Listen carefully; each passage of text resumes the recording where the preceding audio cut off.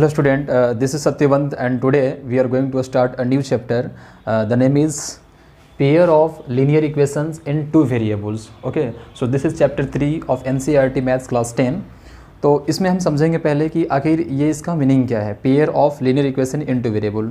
आप देख रहे हो यहाँ पर थ्री टर्म्स आपको देखने को मिला है। एक टर्म जो है वो अपने आप में क्या है, पेयर। दूसरा ये क्या है जी, लीनियर इक्वेशन। और तीसरा क्या है, ये टू वेरिएबल वाली बात।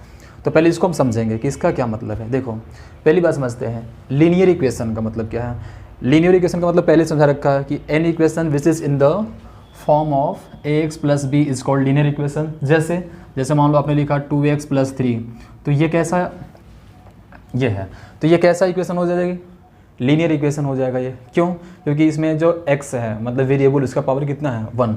अच्छा ठीक है, तो ये था लीनियर इक्वेशन। अब देखो ये जो लीनियर इक्वेशन है वो वन वेरिएबल में है। क्यों? क्योंकि यहाँ जो वेरिएबल है सिर्फ एक ही है, और वो कौन सा है, x है। जैसे ये भी देखो, अगर आपने लिखा 5y माइनस 4 इक्वल टू 0, तो ये भी लीनियर इक्वेशन है।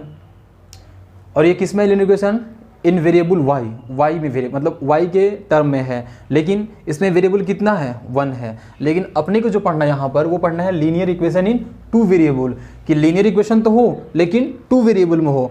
टू वेरिएबल का मतलब हुआ कि उसमें वेरिएबल टर्म x भी हो और y भी हो, या x भी हो z भी हो, मतलब कि कोई भी दो वेरिएबल उसमें आने चाहिए। जैसे अगर मैं ये लिखूँ 2x plus 3y plus 5 equal to 0, ऐसे लिखा, तो आप यहाँ क्या देख रहे हो, पहली बात ये लीनियर इक्वेशन है।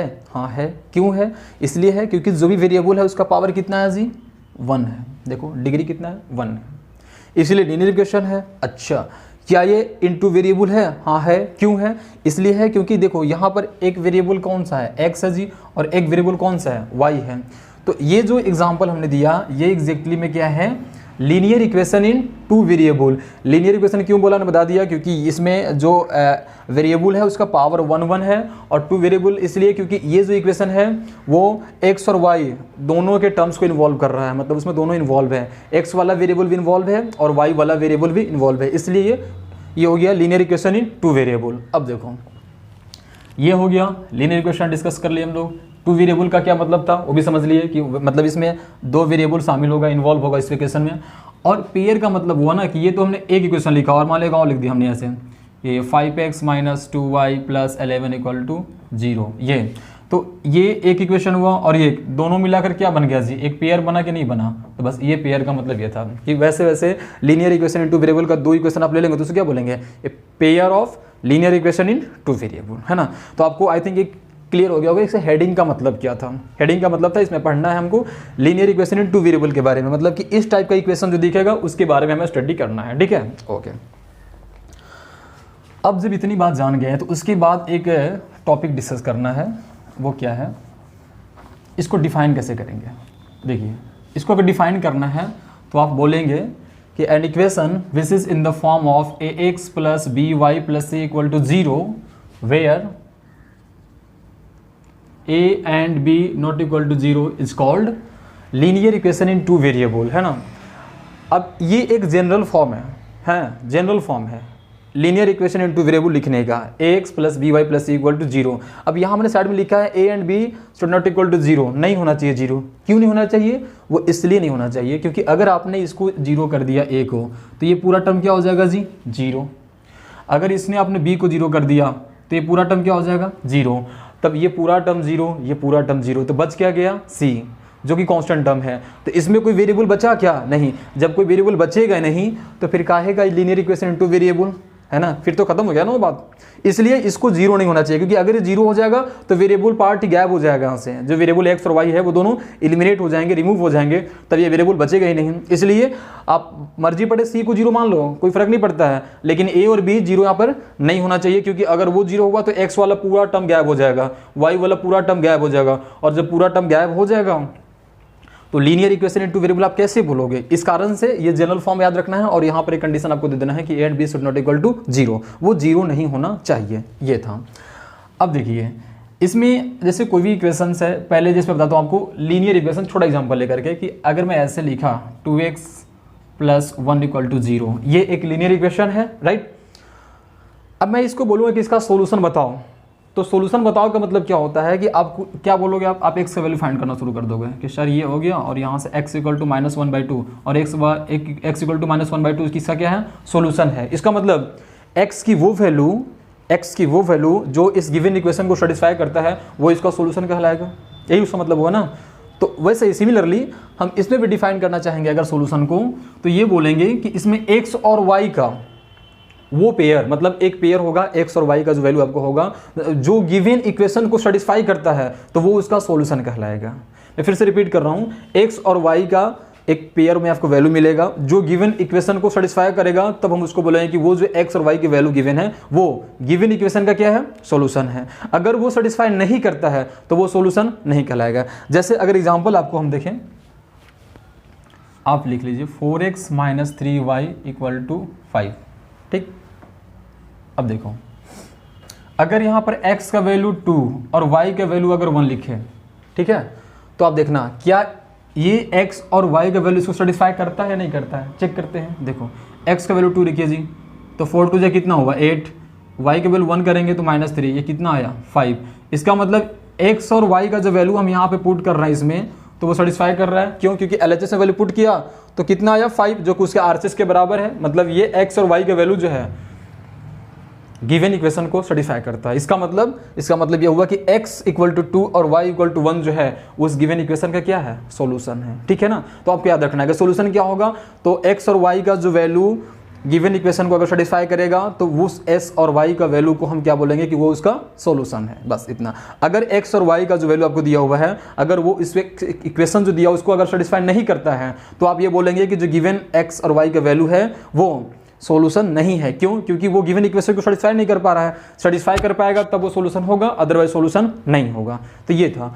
अब इसी बात को, जैसे ये तो हमने बता दिया अलजेब्रिकली सॉल्यूशन का मतलब, अगर हम इसी चीज़ को अगर हम थोड़ा सा दूसरी पॉइंट भी समझना चाहे, अगर ग्राफ के टर्म में समझना चाहे तो कैसे समझेंगे। जैसे देखो अब ये एक इक्वेशन है, मान लो 2x + 3y + 1 = 0, जो भी है इक्वेशन है, लीनियर इक्वेशन 2 वेरिएबल। अगर इसको आप ग्राफ पर प्लॉट करोगे तो आराम से कर सकते हो प्लॉट, है ना, ग्राफ बनने का कुछ ना कुछ।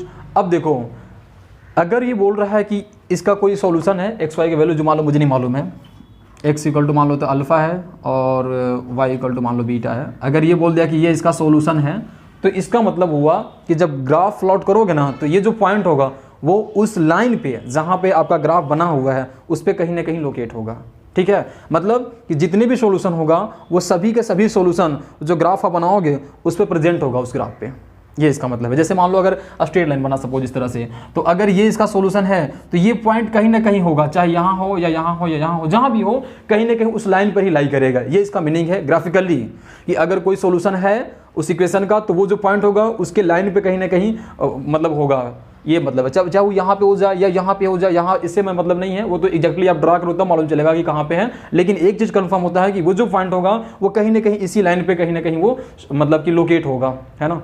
ये चीज़ इसमें है।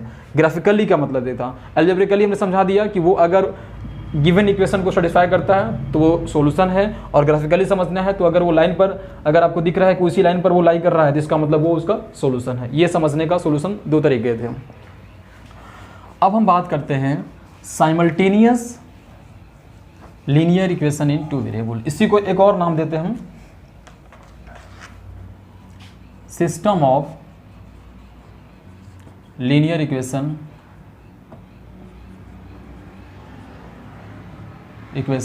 इन 2 वेरिएबल, ठीक है।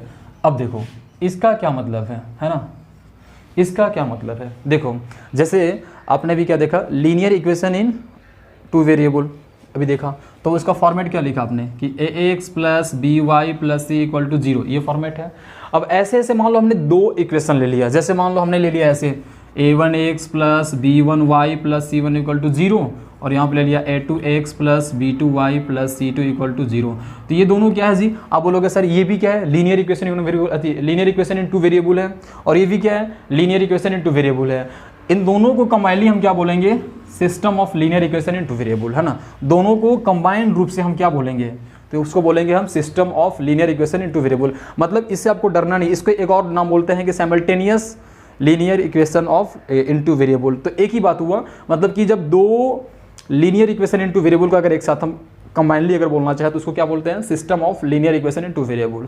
अब इसमें क्या होगा कि सिस्टम टू टाइप का होता है, सिस्टम जो होगा वो टू टाइप का होगा। एक होगा कंसिस्टेंट सिस्टम, कंसिस्टेंट सिस्टम, और दूसरा होगा इनकंसिस्टेंट सिस्टम। ये टू टाइप का सिस्टम की हम बात करना चाहेंगे।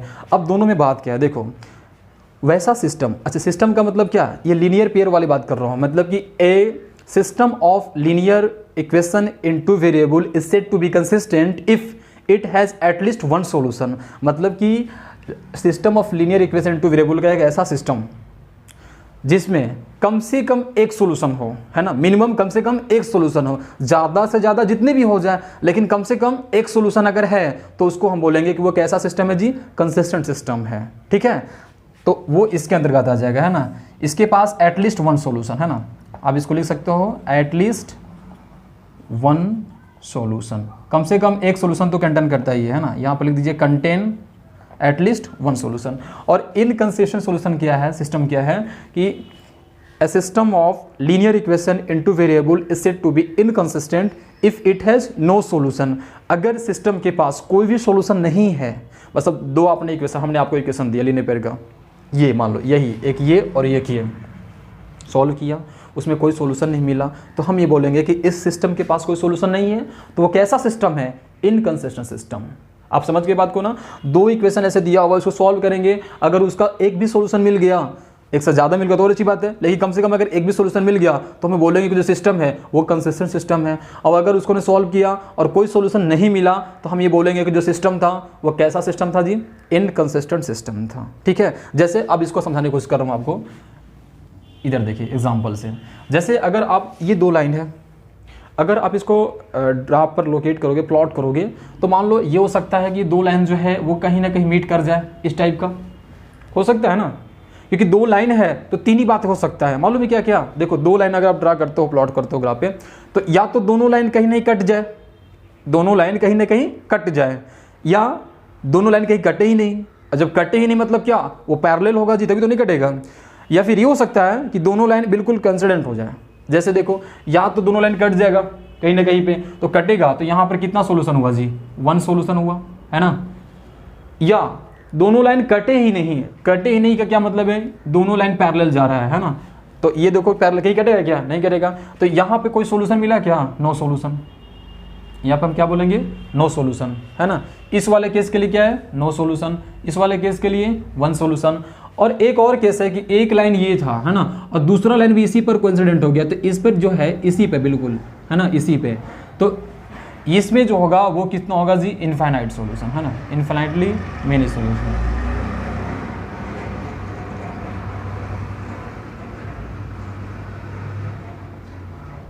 Many solution.